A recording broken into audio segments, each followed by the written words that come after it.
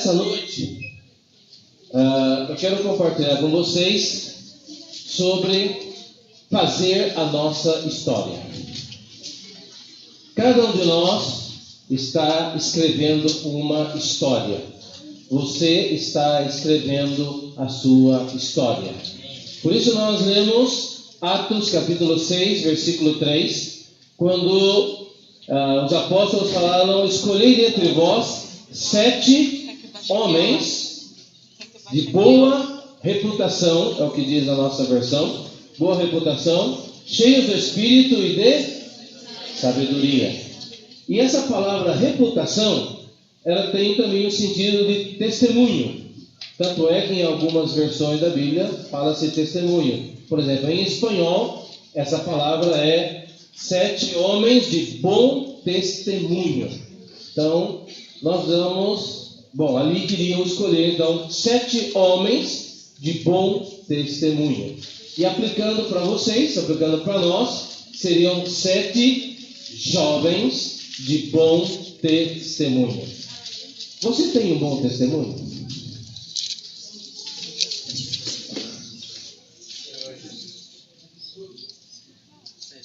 O que é um bom testemunho? Falam bem de você?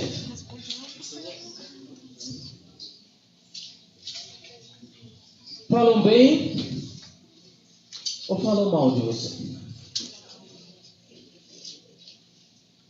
Depende de quem. Os meus amigos falam muito bem. Vamos dizer amigos, os colegas do mundo, eles falam bem. Os irmãos falam mal comigo. Será que essa é a sua reputação?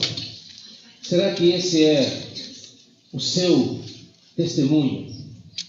Então nós vamos ver um pouco nessa noite que nós precisamos escrever. Estamos escrevendo. Qualquer coisa que você faça, ou mesmo que você não faça nada, na verdade você está escrevendo a sua história. Você está transmitindo uma reputação, um testemunho de acordo com o seu viver. Então vamos para o primeiro versículo de Atos. Atos 1:1. Atos 1:1. Diz: escrevi o primeiro livro, ó Teófilo, relatando todas as coisas que Jesus começou a fazer e a ensinar. Então, muito bom esse começo do livro de Atos. O livro de Atos é um livro de atos, de um livro de ações, não é isso? Então, na verdade, esse livro são as ações, ou os atos, as façanhas, quer dizer, é o que eles fizeram. São Atos dos Apóstolos. E quando começa Atos dos Apóstolos, começa dizendo que ele, na verdade é Lucas que escreve aqui, e ele escreve para o Teófilo, e falando: eu tinha escrito para você um livro antes, é o livro de Lucas, o Evangelho de Lucas, relatando todas as coisas que Jesus começou a fazer e ensinar.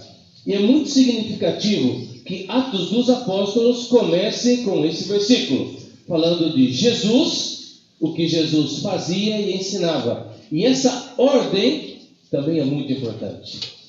Não fala das coisas que Jesus ensinava e depois fazia, mas fala das coisas que Jesus fazia e ensinava. O que tem que vir primeiro? O fazer deve vir primeiro. O ensinar, ele vem depois. Na nossa vida, nós devemos valorizar a prática. Por isso o Senhor tem insistido tanto conosco. Nos últimos anos nós temos visto bastante o irmão Doug falando conosco na sua palavra, dizendo: nós precisamos praticar a palavra. Não ser só os que falam, são os que dão mensagens, mas ser aqueles que praticam. E esse é o modelo do Senhor Jesus. O Senhor Jesus fazia e ensinava. Fala para alguém que está do seu lado: eu quero ser um jovem que faz e depois ensina.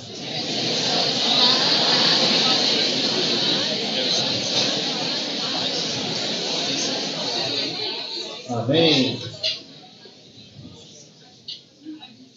Não podemos ser só os jovens que têm teoria, jovens doutrinários. Nós precisamos ser jovens que têm uma realidade. Amém. Jovens que tenham um viver. Amém.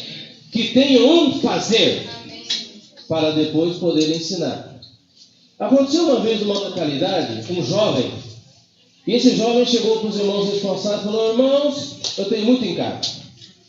Eu gostaria de dar uma palavra para os casais.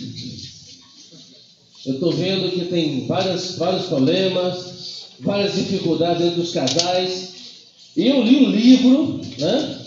Um livro, não sei se era do Mauri, eu li um livro lá sobre os casais e tal. E eu estou com muito encargo, eu quero dar essa palavra para os casais.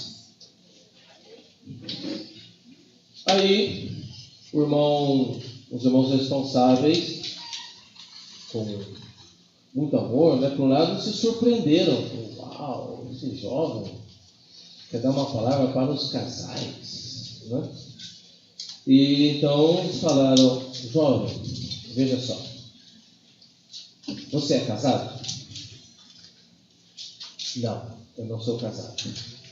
Então como você vai dar uma palavra para os casais, se você não é casado? Não, mas eu sei tudo.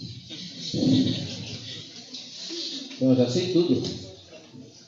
Eu tenho visto, eu estou lendo, né? Eu li tudo aqui a respeito, e eu sei já exatamente como eles precisam, o que eles precisam, e vai ser de muita ajuda para esses casais, essa palavra que eu vou dar para eles. Então, os irmãos, vendo que estava difícil, falaram assim: bom, jovem, então você, quando você casar, nós vamos deixar você dar uma mensagem para os casais. Bom, esse jovem tentou casar, e não conseguia casar, né? Então, o primeiro desafio, né? O primeiro desafio era conseguir casar, né? Então, foi difícil. Mas depois de alguns anos, maravilha, esse jovem casou. Aleluia. E sabe, foi a primeira coisa que ele fez? Logo depois que ele casou, ele falou para os irmãos: irmãos, depois de alguns anos, hein? Já posso dar mensagem para os casais? Você acabou de casar? Você ainda não tem experiências. Como você vai falar com os casais? E esse irmão ficou chateado. Ficou bicudo, né? A tromba, né, de elefante, né, cresceu. Aí, passado algum tempo, sabe o que aconteceu? Ele se separou. Deixou a esposa. Entre a doutrina e a prática tem uma distância muito grande. Jovens, quando nós somos jovens e a gente está aprendendo muitas coisas, a gente acha que sabe tudo, começa a achar que resolve tudo. Se eu tivesse lá, eu faria isso. Se eu tivesse lá, eu fazia aquilo. Começamos até a desenvolver uma certa crítica, né, àqueles que estão à frente. Não, porque esse irmão aí não sabe, esse irmão está velho, esse irmão não está velho espiritualmente e tal. Não, eu já ser renovado, eu sou jovem, eu estou renovado, eu estou cheio de espírito e tudo mais. Então nós começamos a achar porque nos falta experiência. Aqui em Atos, o Senhor Jesus deu um princípio para nós. Jesus fazia e depois Jesus ensinava. Amém? Então, jovens, nós precisamos ser aqueles que fazem e depois ensinam. Amém? Fala para o seu lado. Eu quero ser um jovem que faz e depois ensina.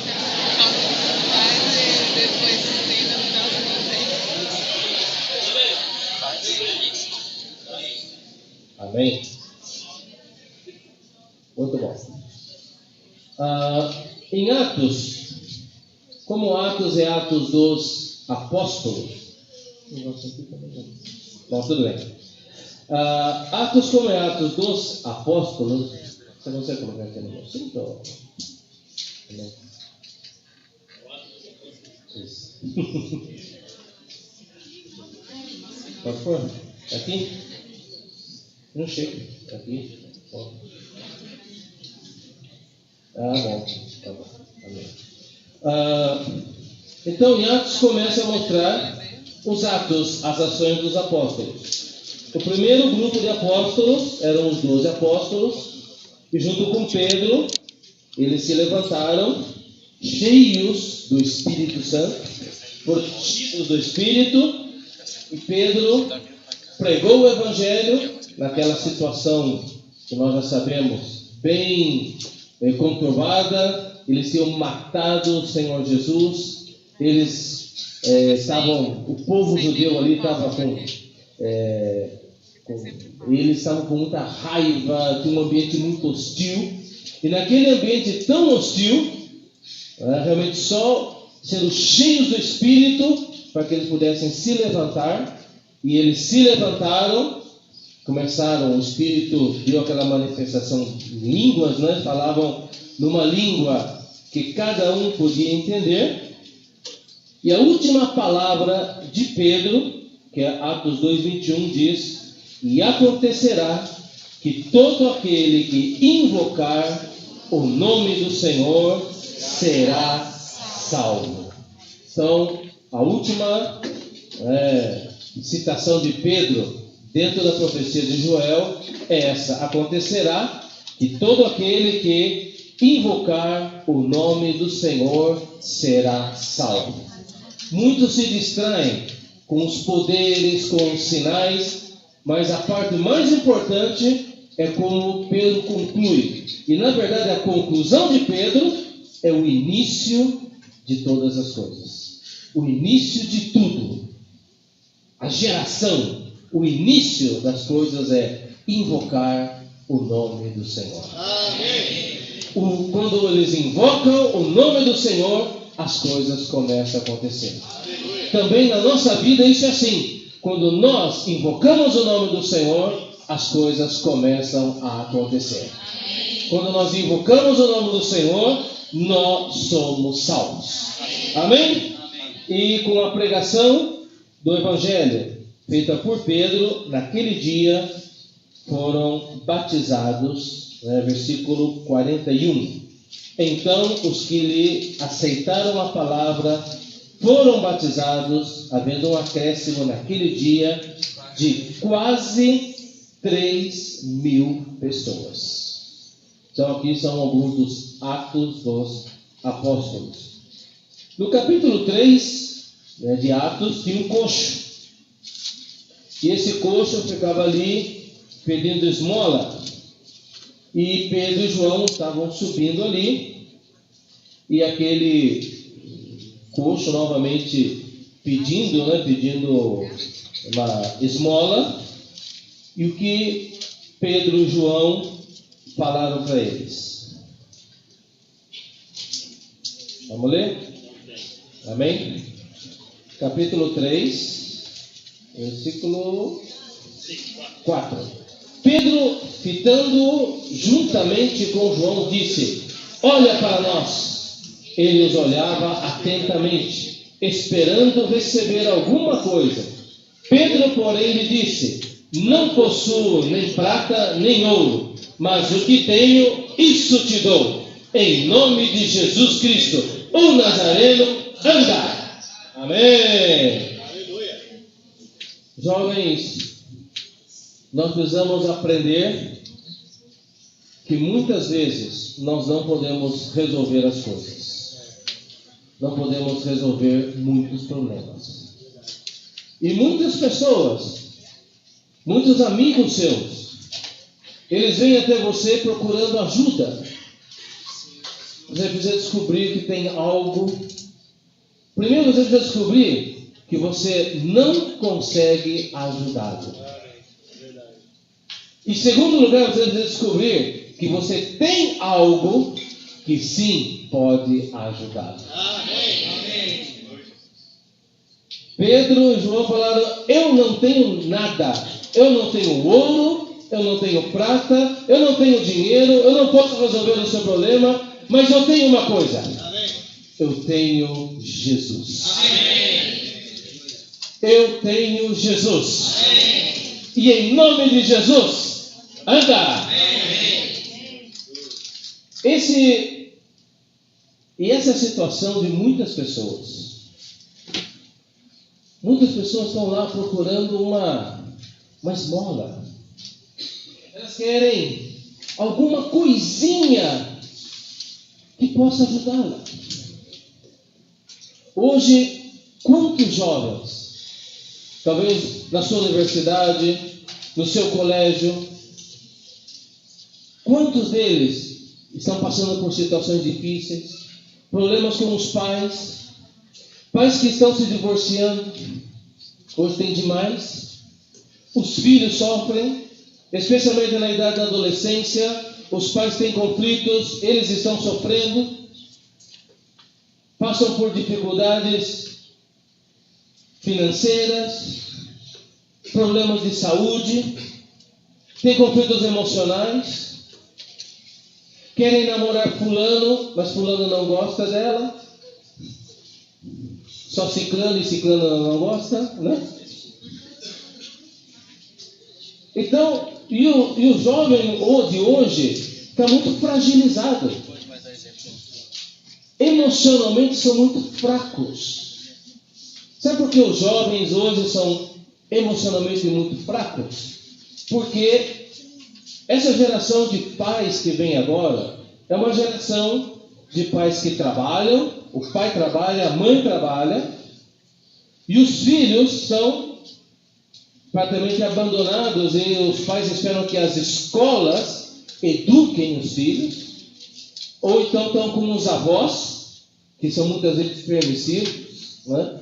E quando um filho comete alguma desobediência, os pais não têm coragem de corrigi-los.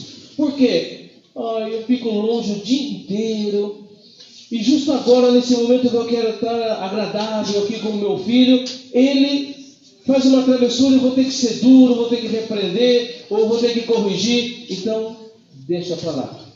Hoje, né, essa geração é uma geração que cresceu sem ouvir muitos nãos.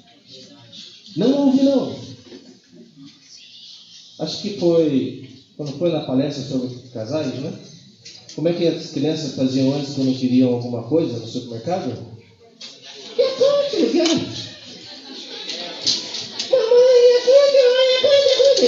E chorava, aquele escândalo, né? Como é que as crianças fazem hoje? Hã? Pega logo no carrinho. Não, ela já fez isso, agora não faz mais, né? Já certo.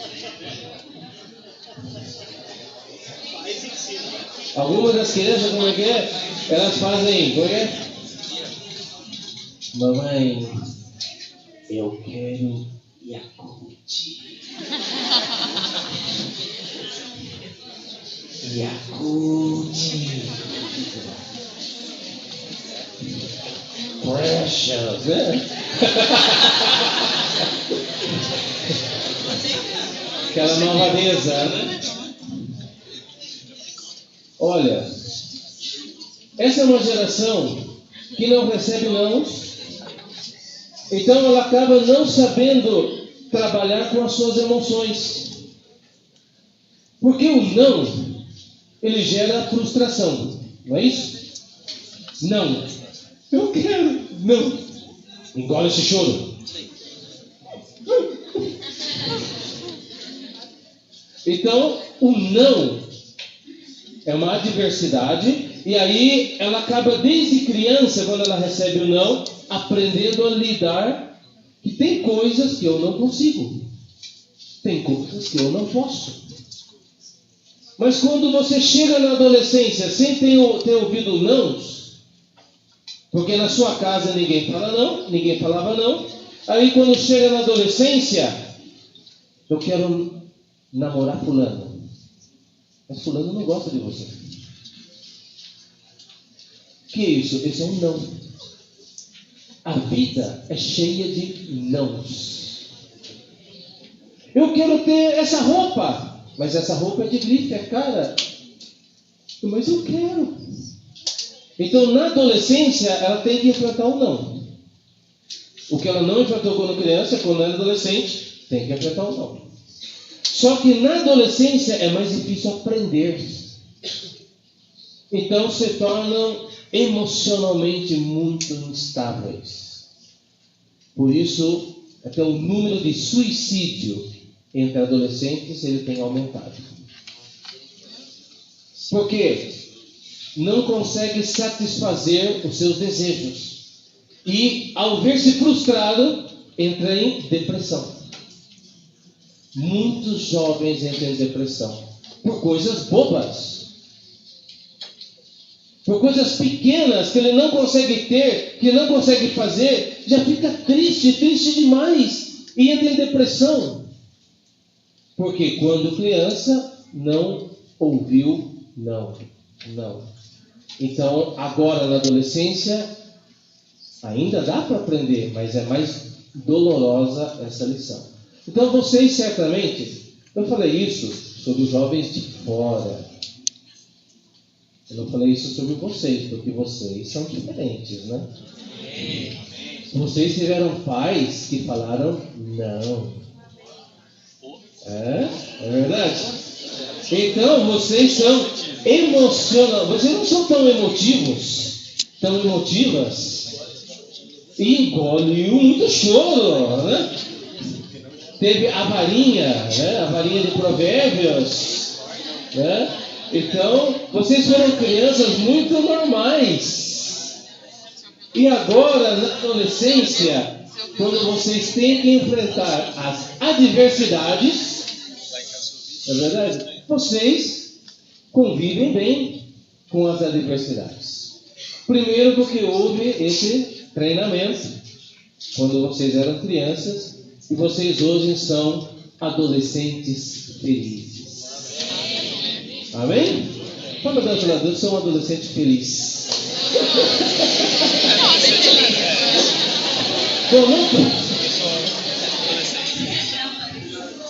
Olha, é que nem todos são adolescentes, não é isso? Alguns são jovens, né? Então, Pablo Nazaré, eu sou um jovem feliz.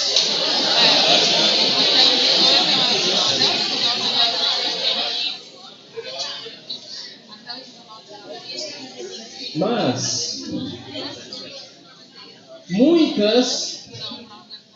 muitos dos seus companheiros, na verdade, companheiras, colegas, não amigos, porque amigos nós temos é no Senhor. Essas pessoas são colegas, são companheiros, companheiras, mas os amigos estão no Senhor, estão na vida da igreja. Aqui está a nossa verdadeira amizade.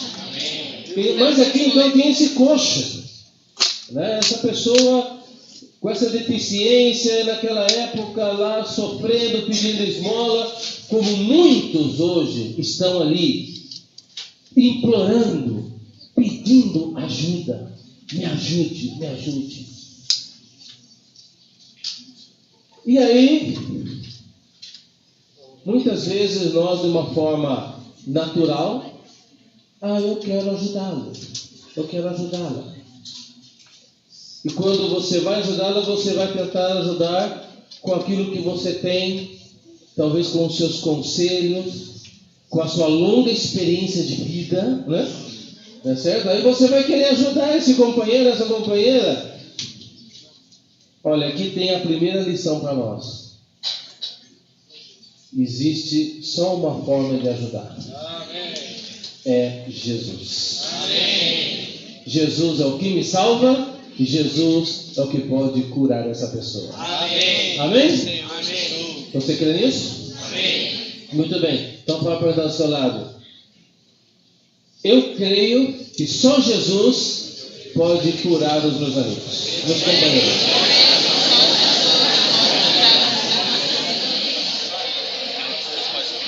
Amém? Então, avançando um pouquinho, né, vamos entrar em todos os capítulos de Atos, mas em Atos aconteceu algo maravilhoso. Eles começaram a ter tudo em comum. Eles vendiam o que tinham e ofertavam e colocavam aos pés dos apóstolos. Eu digo que isso é a experiência máxima de alguém que realmente se converteu ao Senhor, alguém que está desfrutando do Senhor, é quando ele se liberta do bolso. E esses primeiros irmãos da igreja em Jerusalém, eles chegaram a vender tudo o que tinham. Então, aqui é uma prova, sem dúvida alguma, uma prova poderosíssima de que esses tinham realmente se convertido, que o Espírito Santo estava trabalhando no coração deles, ao ponto deles ofertarem tudo. Um dos que fez isso foi Barnabé. Barnabé, ele ofertou tudo, vendeu e colocou aos pés dos apóstolos. E no capítulo 5 de Atos, se vocês quiserem abrir, Atos 5, o título ali fala Ananias e Safira. E aqui acontece o primeiro problema na vida da igreja. Uma igreja maravilhosa, a igreja em Jerusalém, com todo mundo vendendo tudo, tendo em comum, contavam com a simpatia do povo, comiam, tinham suas refeições em comum. Alegria, era só alegria. Quem não gostaria de viver assim, né? Com todos os irmãos harmoniosos, alegria, felicidade, como agora estamos aqui juntos. Gostoso, né? Amém? Gostoso, todo mundo junto, invocando o nome do Senhor, desfrutando, orando, é maravilhoso. Aí a gente pensa, mas numa espera tão boa, tão maravilhosa, será que poderia ter problemas? E tem. E apareceu. Então, dentro dessa vida da igreja maravilhosa, aconteceu o primeiro problema. Porque Ananias e Safira, eles foram vender o que eles tinham, só que eles venderam, guardaram a metade e foram levar o que eles, a outra metade, para os apóstolos. O que aconteceu aqui? Certamente Ananias e Safira ficaram com inveja de Barnabé. Porque quando Barnabé vendeu tudo e ofertou, muita gente acho que falava, você viu Barnabé? Que testemunho, que irmão precioso, maravilhoso esse irmão. Rapaz, ele vendeu tudo, Lucas, ele vendeu tudo e ofertou tudo. E olha que o cara era rico, hein? Então, como todo mundo estava dando bom testemunho, né, do Barnabé, o Ananias, e a esposa dele, Safira, não sei de quem foi a ideia, né? Aí eles queriam também que talvez falasse a mesma coisa deles. Talvez falassem, você viu o Ananias e Safira? Que casal, hein? Esse casal é bom mesmo. Olha só, também venderam tudo, ofertaram tudo. Muito bom. Então, eles queriam, o coração deles não era puro. Não era um coração sincero. O que eles queriam era a fama. Eles queriam reconhecimento. Jovens, vamos aprender mais uma lição aqui. Amém. Amém. Não busquemos reconhecimento. Amém. Não busquemos a glória dos homens. Nós estamos aqui para servir o Senhor. Amém. Amém? Amém. Não ser aquele que varre o local de reuniões, né? Quando está todo mundo chegando, ele está lá com a vassoura, só fazendo de conta assim, né? Ou então, ele arruma as cadeiras e fala assim: Lucas, as cadeiras estão bem arrumadas hoje, né? Está bem melhor? Olha, não quero estar não, mas fui eu que arrumei.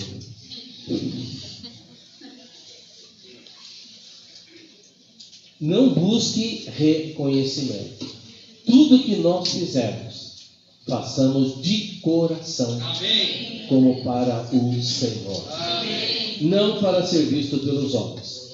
Mas Ananias e Safira, eles fizeram isso, né, querendo talvez aparentar, e o resultado foi que os dois morreram. Os dois faleceram. Então aqui nós temos o primeiro problema na igreja em Jerusalém. Queria dizer outra coisa para vocês, jovens. Na vida da igreja, por melhor que seja a vida da igreja, por melhor que seja a cidade, como o início da igreja em Jerusalém, com os apóstolos lá, uma coisa tão maravilhosa, surgiram problemas. Na vida da igreja também tem problemas. Às vezes você pode ficar na sua localidade pensando que aqui é ruim, que aqui tem tal irmão, que a outra cidade é melhor, eu gosto mais da outra igreja. Mas entenda o seguinte: todo lugar tem problemas. Eu comentei outro dia com os irmãos que nós visitamos uma cidade e lá tinha um grupo cristão e tinha o seguinte cartaz, bem grande assim, né? Na rua. Era um outdoor bem grande assim. E falava assim: nesta igreja não se permitem pessoas perfeitas. Entendeu? Quer dizer que neste lugar só recebemos pessoas imperfeitas.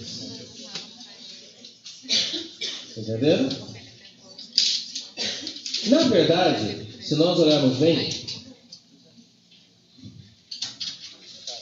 nós somos um problema.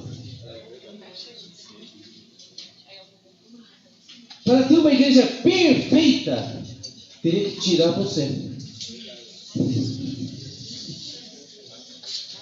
Entenderam? Nós somos muito assim. Não, eu quero um lugar perfeito, um lugar bom. E muitas vezes, né, quem paga o pato é o Senhor. Quer ver? Duas irmãs brigam. Uma das primeiras coisas que a irmã fala, ou a jovem fala: não vou mais reunir. Isso é o próprio diabo. Ele não quer que nós nos reunamos. E parece que coloca uma coisa na cabeça, uma das primeiras coisas assim: eu não aguento mais esses irmãos. Eu não aguento mais essas irmãs. Eu vou para outro lugar. Não adianta você ir para outro lugar. Porque em todo lugar tem gente.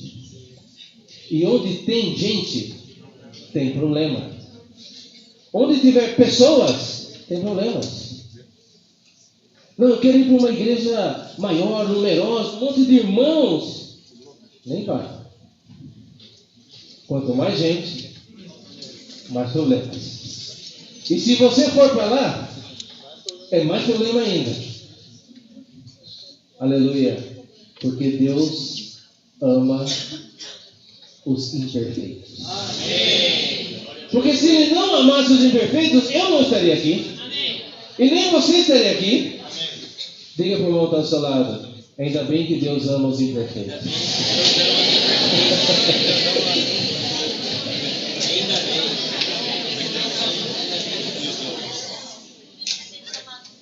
Amém. No capítulo 6, então surgiu um outro problema. Naqueles dias, multiplicando-se o número dos discípulos, houve murmuração dos helenistas contra os hebreus, porque as viúvas deles estavam sendo esquecidas na distribuição diária. Então aqui tem uma série de suscetibilidades, né? Só para vocês entenderem bem esse quadro. Aumentou o número de discípulos, então houve murmuração dos helenistas contra os hebreus. O que é isso? Se vocês lembrarem, a igreja em Jerusalém, ela foi formada, tá certo? Teve que falar em línguas, lembra? Falou-se em línguas e cada um entendia na sua própria língua. Por quê? Porque ali era uma festa dos judeus, era o Pentecostes, e os judeus que moravam em vários países, na Grécia, Roma, né, e tal, na Ásia e tal, eles vieram para essa festa. Então eles falavam melhor o idioma já do país que eles moravam. E já não falavam tão bem o hebreu. Tá certo? Por isso que quando Pedro, cheio do Espírito, falou, cada um entendia na sua própria língua. Todos eram judeus, mas eles tinham já uma outra língua. Tá certo? E aqui, já com a igreja reunida, vivendo a vida da igreja, os helenistas eram os gregos, os que falavam gregos. Eram judeus que moravam na Grécia. E as viúvas desses estavam sendo esquecidas na distribuição diária. Então aqui nós temos um problema de língua, cultura e alguns. O que certamente as viúvas dos gregos pensavam? Já sei, tem preferência aqui. Tem favorecimento. Só porque eu não sou judeu, né? Só porque eu moro na Grécia, então, deixando a gente de lado. Você já teve algum sentimento assim? Parece que gostam mais de fulano. Parece que gostam mais de ciclano. Parece que gostam mais daquela irmã. Parece que não me convidam muito. Só convidam a outra. Não me chamam. Chamam o outro. O que será que os irmãos têm comigo? Por que será que não gostam de mim? E aí já vai imaginando coisas. E é o que aconteceu aqui. E a coisa natural, o que é? É murmurar. Por isso a murmuração é algo terrível. Acho que o Miguel compartilhou conosco, né? Foi baseado em 1 Coríntios capítulo 10. A murmuração é terrível. E nós que murmuramos é que na verdade às vezes somos bem covardes. Se você acha que algum irmão ou alguma irmã tem um problema com você, fale com ele. Fale com ela. Mas em vez de falar com ele ou com ela, nós falamos com os outros. Vamos dizer, o pastor Lucas está com um problema comigo. Em vez de eu falar, ei Lucas, tudo bem? Tudo bem? Alguma coisa? Não? Nada? Em vez de eu fazer isso, eu chego lá para gozar. Você já reparou no Lucas? Rapaz.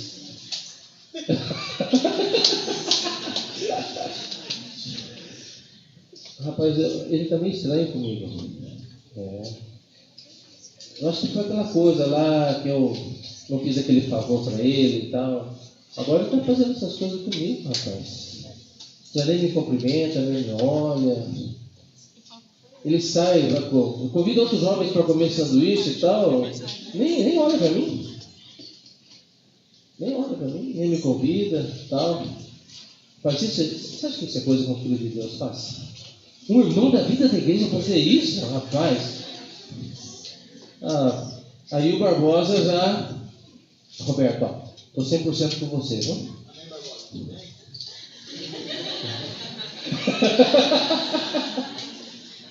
Aí o Barbosa também já começa a ter problema com o Lucas.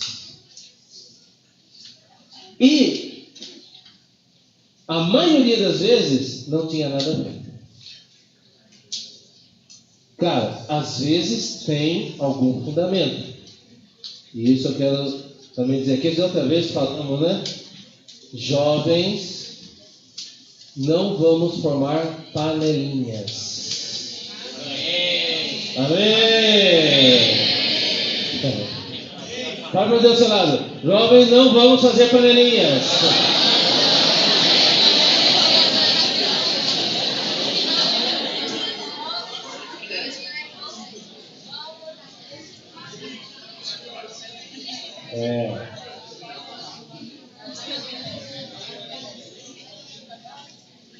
Muito bem. Mas aqui na igreja em Jerusalém já tem esse problema. Então os 12 convocaram a comunidade dos discípulos e disseram: não é razoável que nós abandonemos a palavra de Deus para servir às mesas. Mas, irmãos, escolhei entre vós 7 homens de boa reputação, quer dizer, bom testemunho, cheios do Espírito e de sabedoria, aos quais encarregaremos deste serviço. Então foram escolhidos 7 homens de bom testemunho, quer dizer, boa reputação, cheios do Espírito e de sabedoria. Vamos ver aqui alguns princípios. Muito bem. Esses que foram escolhidos, e aqui é muito interessante porque capítulo 6, 7, parte do 8, do 9, esses capítulos falam dos diáconos. Falam desses homens de bom testemunho, cheios do Espírito e sabedoria. E acho que o Cezinha mencionou, né, na Conferência de Jovens, que esse livro é um Atos dos Apóstolos. E se é Atos dos Apóstolos, por que tem alguns capítulos aqui que falam dos diáconos? Aqui tem Atos dos Diáconos, dentro do livro de Atos dos Apóstolos. Então, os diáconos deviam ter o seu livro. Não é verdade? Tem o livro de Reis, né? Tem o livro dos Juízes, né? Tem o livro dos Apóstolos, e devia ter um livro só dos diáconos. Mas, outro dos presbíteros, né? Mas aqui, Atos dos Apóstolos, tem alguns capítulos para os diáconos. Então quer dizer o seguinte, que em Atos dos Apóstolos, que registra a história dos apóstolos, também cabem os diáconos. Aleluia. Amém? Amém. Em Atos dos Apóstolos, cabem vocês. Amém. Em Atos dos Apóstolos, cabem os jovens. Amém. E é muito interessante porque Atos é um livro que não tem fim. O livro de Atos, né, dos livros da Bíblia, ele não tem amém. Ele não tem as saudações finais e a graça do Senhor Jesus Cristo, então seja com todos nós. Amém. Não tem. O livro de Atos é um livro que não tem fim. Porque até hoje está sendo escrito Atos dos Apóstolos. Amém. Aleluia! Termina no gerúndio. Termina no gerúndio. Como é que é? Pregando o reino de Deus e com toda a intrepidez, sem impedimento algum, ensinava as coisas referentes ao Senhor. Aleluia! Pregando reino de Deus. O último versículo de Atos está no gerúndio, quer dizer, ele está continuando, pregando o reino de Deus. O livro de Atos, ele ainda está sendo escrito. Hoje, dia 20 de janeiro de 2015, estamos escrevendo o livro de Atos. Amém. E nesse livro está sendo escrito o seguinte: amém? E reunidos na estância Árvore da Vida, 245 jovens que se consagraram ao Senhor, que estavam pedindo, buscando e batendo. Aleluia! 245 jovens de bom testemunho, cheios do Espírito Santo e de sabedoria, estavam sendo aperfeiçoados para pregar o Evangelho do Reino. Aleluia! Então, o livro de Atos está sendo escrito hoje. E amanhã vai ter mais um capítulo. E todos os dias tem um novo capítulo desse livro até que o Senhor volte. E apesar de você não se considerar um apóstolo ou uma apóstola, mas você pode ser um diácono. Ou você pode ser um ministro da nova aliança.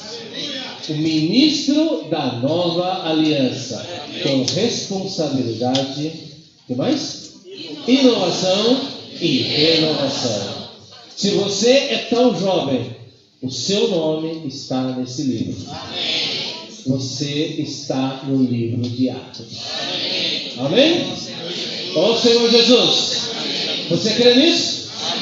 Fala do seu lado: o meu nome está no livro de Atos.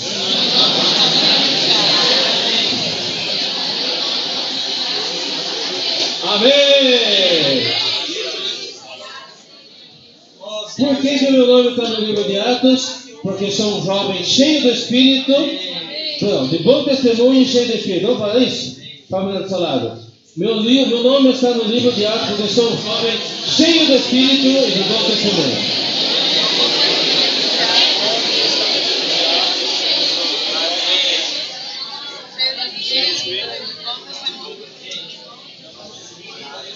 Amém. E olha só, essa palavra cheio do Espírito, a palavra cheio no grego é plerô, né? É uma variação do plerô, que quer dizer cheio do Espírito interiormente. É diferente daquele encher exterior. Como eles foram batizados com o Espírito Santo, então houve um derramar, um encher exterior. Muitos de nós gostaríamos que fosse assim. Eu sou um cristão relaxado, um jovem relaxado, vivo de qualquer jeito. Aí chega uma hora de, gente, vamos bater as portas.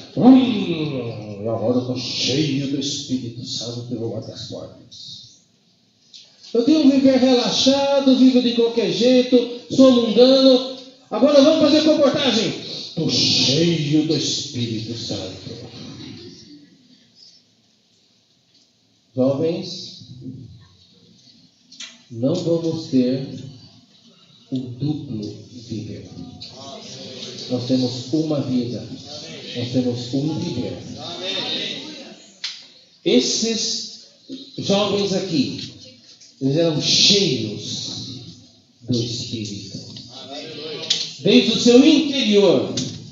Porque eles viviam no Espírito, estavam cheios do Espírito. E porque tinham tal viver cheio do Espírito, eles tinham bom testemunho, boa reputação. E eram jovens cheios do Espírito e também eram cheios de sabedoria. Esse é o viver que nós devemos ter. se queremos o nosso nome escrito no livro de Atos. Agora eu quero ser um pouco mais, até mais prático e próximo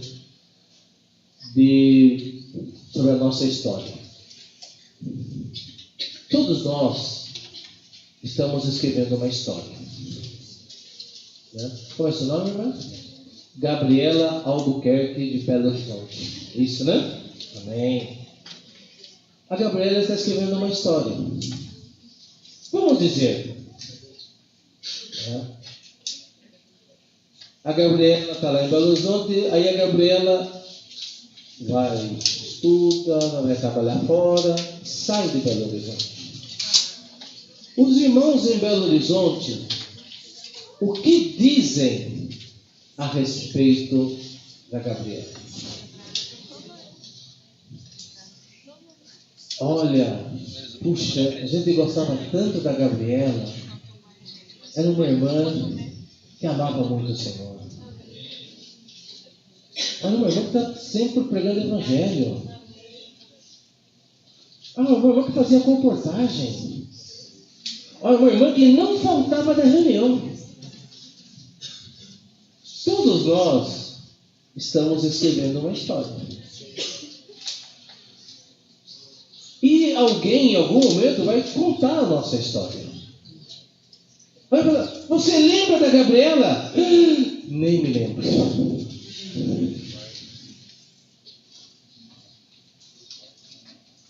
O seu nome, irmã? Estela. Você se lembra da Estela? De que cidade que é? Ribeirão Preto. Você se lembra da Estela? Ai, aquela irmã problemática.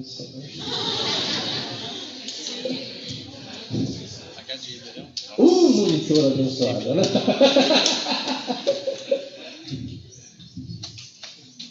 Não sei se vocês percebem, mas cada um de vocês está escrevendo uma história. De acordo com a sua vida, de acordo com o seu viver, você está escrevendo uma história. O que a história vai falar a respeito de você? Ou o que você quer que falem de você?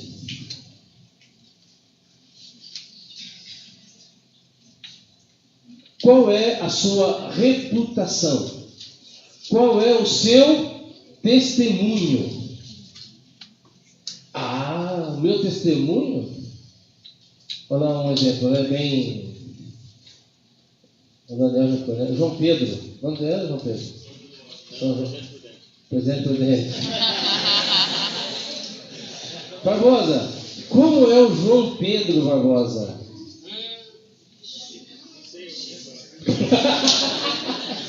Bom, então, para o Barbosa, ele não escreveu nenhuma história ainda. Mas nós vamos perguntar lá para os irmãos de São João da Boa Vista, não é isso? Lá, Eduardo, né? Já viu o padre. É vizinho. Quem que é o irmão responsável lá? Irmão Antônio. Irmão Antônio! E aí? Está chegando um jovem aqui, o João Pedro. O que você diz dele, irmão? Ai!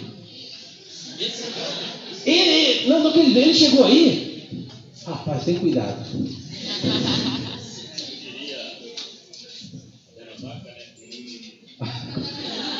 Como diria a dona Vaca. Né?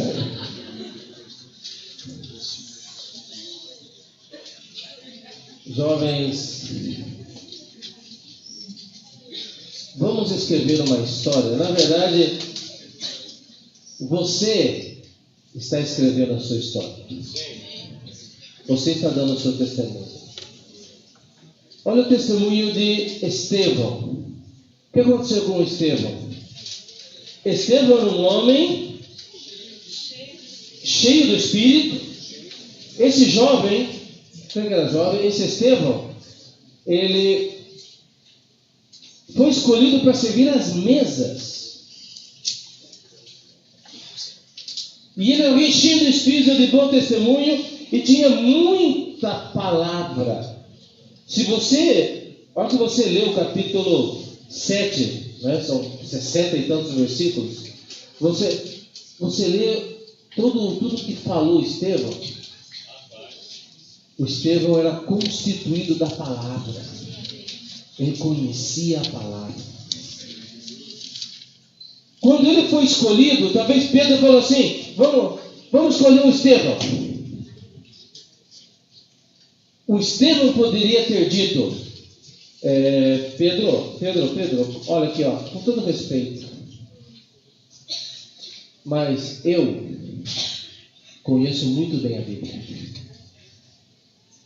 Eu sou cheio do Espírito, sou bem espiritual, e você vai me colocar agora para servir comida para as velhinhas, para as viúvas. Pedro, com todo respeito, você não sabe ler. Naquela época, o pessoal ninguém ia para a escola. Pedro era pescador. E os irmãos responsáveis eram todos galileus. O Pedro era analfabeto.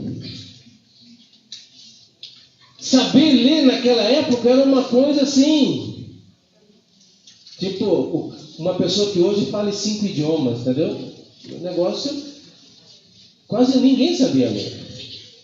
Por exemplo, quando lá Paulo falou para Timóteo: aplica-te à leitura, aquela palavra leitura significa leitura pública das Escrituras. O que quer dizer? Que naquela época, ele tinha que, quando ele lesse, ele tinha que ler em voz alta. Ele não podia simplesmente estar ali lendo, ele tinha que ler em voz alta. Naquela época, como quase ninguém sabia ler, se você lesse alguma coisa sozinho, só você lendo em silêncio, era falta de educação. Então, você sabe ler, você tem que ler em voz alta para que todos também entendam o que está escrito ali. Então, Pedro era um analfabeto, era um pescador. Não é como um Paulo que teve um professor, né, os pés de Gamaliel. E talvez Estevão poderia se orgulhar e falar: peraí, Pedro. Acho que você tem que cuidar da mesa e eu vou dar a palavra. Eu vou dar a mensagem. Mas ele não murmurou, ele não reclamou. E ele serviu fielmente o Senhor. E depois, no momento certo, Deus usou Estevão para levar a palavra. Irmãos, e ele levou a palavra de uma maneira tal que no final, o próprio Senhor Jesus se levantou. O Senhor Jesus, ele sentou-se no trono porque ele cumpriu a sua obra. Mas quando Estevão estava falando, e Estevão começou a ser apedrejado, e Estevão não só tinha palavra, não só tinha conhecimento, mas era cheio do Espírito. Por que ele era cheio do Espírito? Porque ele invocava o nome do Senhor. Ele começou a invocar o nome do Senhor. Senhor Jesus, Senhor Jesus, recebe o meu Espírito. Senhor Jesus, Senhor Jesus, Senhor Jesus. E quando Estevão estava ali invocando, o Senhor se levantou para ouvir o seu servo. Amém? Irmãos, isto agora está registrado. Isso agora aqui é história. Amém? Amém? Senhor Jesus. E eu espero que a história de cada um de vocês seja uma história de um bom testemunho. Amém? Amém? Ó Senhor Jesus. Amém. Quem aqui quer ter a sua história em Atos dos Apóstolos? Amém. Aleluia! Amém. E essa é a nossa oração. Que a nossa história não seja como Uma vez Paulo falou sobre Demas. Podemos dar uma olhadinha lá rapidinho? Até meia-noite dá tempo, né? Nossa, tá certo. A primeira reunião amanhã é 7h30. 7h30 dá tempo. Até 7h30 dá tempo. Tá bom, tá bom. Não, depois fiquei sabendo que dormiram a tarde inteira, é verdade, não? Não, né? Ela não foi bem assim, não? Não. A ver, Vitor, no verso me ayuda cómo es que Pablo habló Filipenses, ¿cuánto? Perdão. Amém. Vamos lá, Filipenses.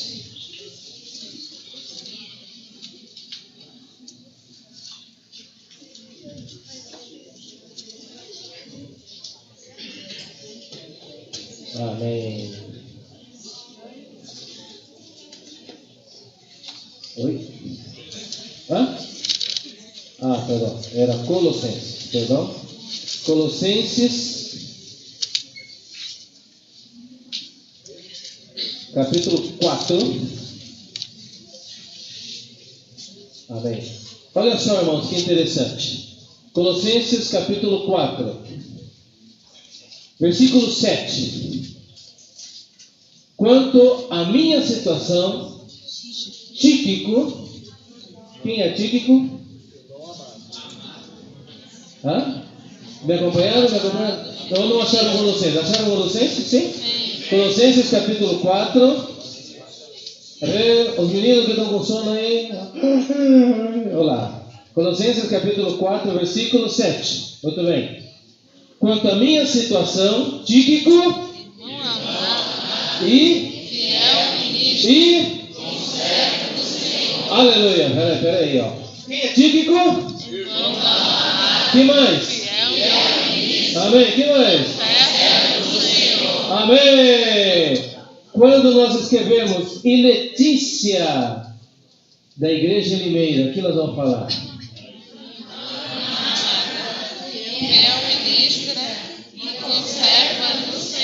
Amém. Olha só.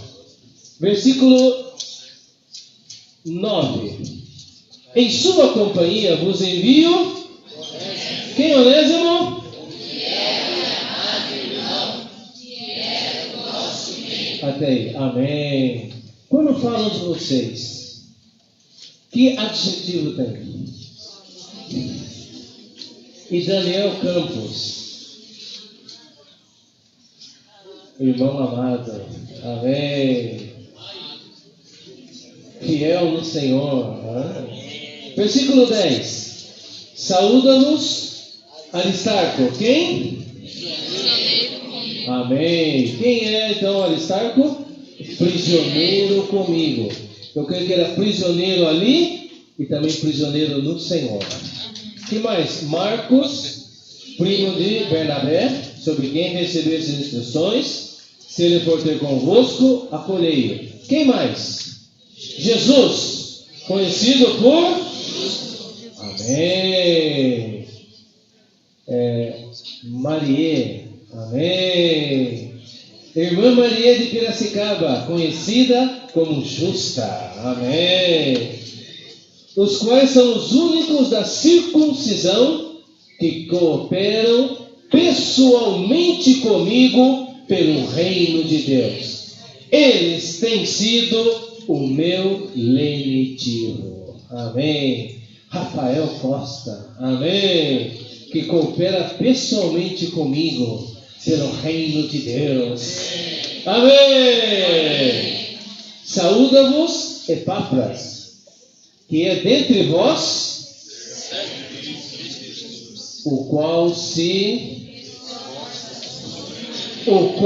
esforça sobremaneira. Que tal os irmãos falarem isso de nós, hein? Amém? Aleluia! Caíque, o qual se esforça sobremaneira, continuamente por vós nas orações. Tal irmã, puxa, aquela irmã ora. Aquela irmã é da hora, né? Amém. Aquela irmã ora. Para quê? para que vos conserveis perfeitos e plenamente convictos em toda vontade. E dele dou testemunho de que muito se preocupa por vós, pelos de Laodiceia e pelos de Hierápolis. Saúdo-vos, Lucas, o médico amado, e também Demas. Demas? Ah. Demas quem? Hã? E Demas? Mas não falou nada do Demas? Que estranho. Não tem nada para falar de você? Não tem nada para falar de você? Não tem nada para falar do Demas? E sabe o que aconteceu com esse Demas? Lá em Timóteo, na última carta de Paulo a Timóteo, sabe o que fala? E Demas, tendo amado o presente século, me abandonou. Irmãos, que tenhamos algo que falar de nós, que tenhamos uma característica. Amém? Sejamos aqueles que amam o Senhor. Amém. E que o nosso nome está sendo escrito e registrado em Atos dos Apóstolos. Amém? Amém? Amém. Nós vamos estar orando por vocês. Amém. E eu quero ouvir 245 histórias. Amém. Aleluia! Amém. E o Senhor quer ouvir 245 histórias. Amém. Por exemplo, esse dia nós tivemos a história da seu nome é? Heloísa, né? De Curitiba. Amém. A história dela. Aqui colocou o cupom por último na caixa, né? Amém. E não foi nem ela, foi a monitora, né? E o Senhor fez algo maravilhoso. Pode contar um pouco? Pode contar, Heloísa? Pode? Amém. Então vocês viram, né? No final do primeiro período da conferência, a Heloísa, ela tinha um desejo de participar aqui no SEAP. Só que a mãe dela é uma mãe muito zelosa, que ama muito ela, se preocupa muito por ela. E fala, eu não quero, filha, que você seja fanática. Então, restringe bastante ela não pode ir em todas as reuniões. Os jovens podem ir em todas as reuniões. Os pais falam, vai para a reunião, eu não quero ir para a reunião. Mas a Heloísa, que muitas vezes não pode, a mãe dela às vezes não deixa, mas ela vai, ela se esforça, ela quer estar nas reuniões. E a mãe dela, um milagre aconteceu. Deixou ela vir para a conferência 9 dias. Amém.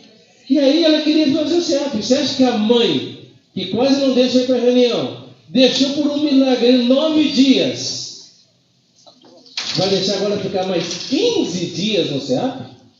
Difícil. Mas aí ela escreveu, preencheu o cupom. E aí chegou na hora do sorteio, ela falou, eu não coloquei meu cupom. Aí a monitora falou, vamos tentar. E saiu correndo lá. Aí os irmãos não deixa, deixaram. Aí colocou o cupom dela lá. E aí o Marco Melo mexe aquela caixa, mexe o cupom, mexe. E mexeu e remexeu, tirou um cupom. De quem era o cupom? Era Heloísa. Aleluia! A monitora deu um berro na hora, né? De felicidade, né? Aí, isso é fantástico, é um milagre isso, né? Mas agora vinha outro desafio. Qual era? A mãe deixar. Bom, e se ela está aqui é porque a mãe deixou, né? Aleluia! Louvado seja o Senhor.